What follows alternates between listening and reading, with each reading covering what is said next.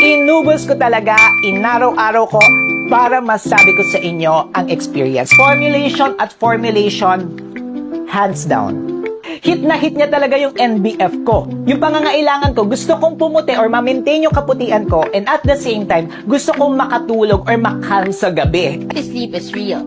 Aim for 7 to 8 hours of sleep. Taking supplements an hour before bedtime to achieve good quality sleep is okay. Like the Sleep and Beauty capsule, which contains melatonin, glutathione, collagen, and magnesium. After doing my skincare routine, I take Sleep in Beauty.